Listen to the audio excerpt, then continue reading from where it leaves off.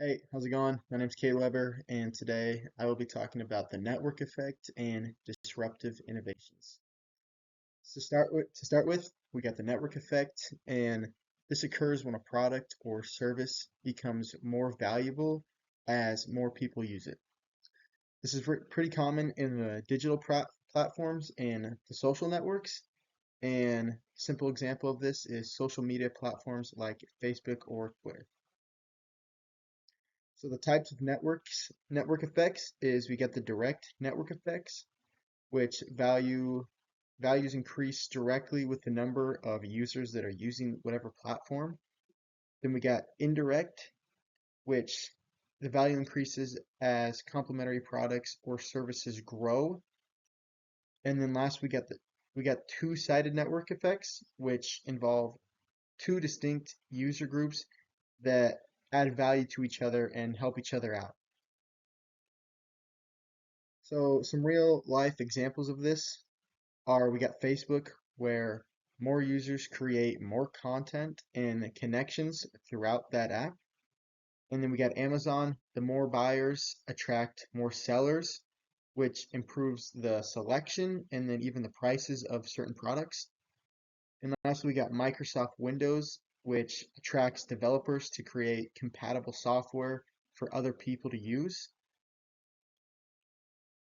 And then some benefits of this, we've got the rapid growth that this can happen. And then we've got the competitive advantage through user lock-in. And then some of the challenges of this is they're pretty hard to start and they need a lot of people for it to kind of help grow the platform in a sense. And then it risks a monopoly or can even reduce innovation. So next we got disruptive innovation, which it's a concept that was introduced by Clayton Christensen, and it describes innovations that start small and through time they kind of take over other companies and platforms by changing little things that are similar to that already existing company. And they often target overlooked or low-end segments. Some characteristics of this is they begin with simpler, cheaper, or just easier solutions for the people to use. They appeal to new or undeserved customers, I guess you could say. And like I mentioned earlier, they improve over time and move the up market and kind of move into like that higher class. They'll start low and then they'll gradually build their targeted audience throughout time. Some real life examples of this is we've got Netflix disrupting Blockbuster and cable TV. We got smartphones replacing all the things like cameras, GPS devices, and even MP3 players. And then another example is we've got Airbnb disrupting the hotel industry.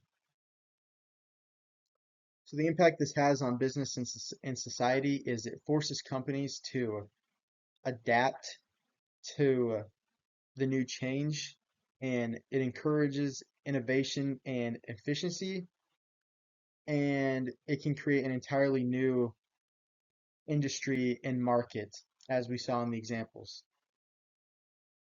So next we got connecting the two concepts, and the network effect can actually accelerate disruptive innovations.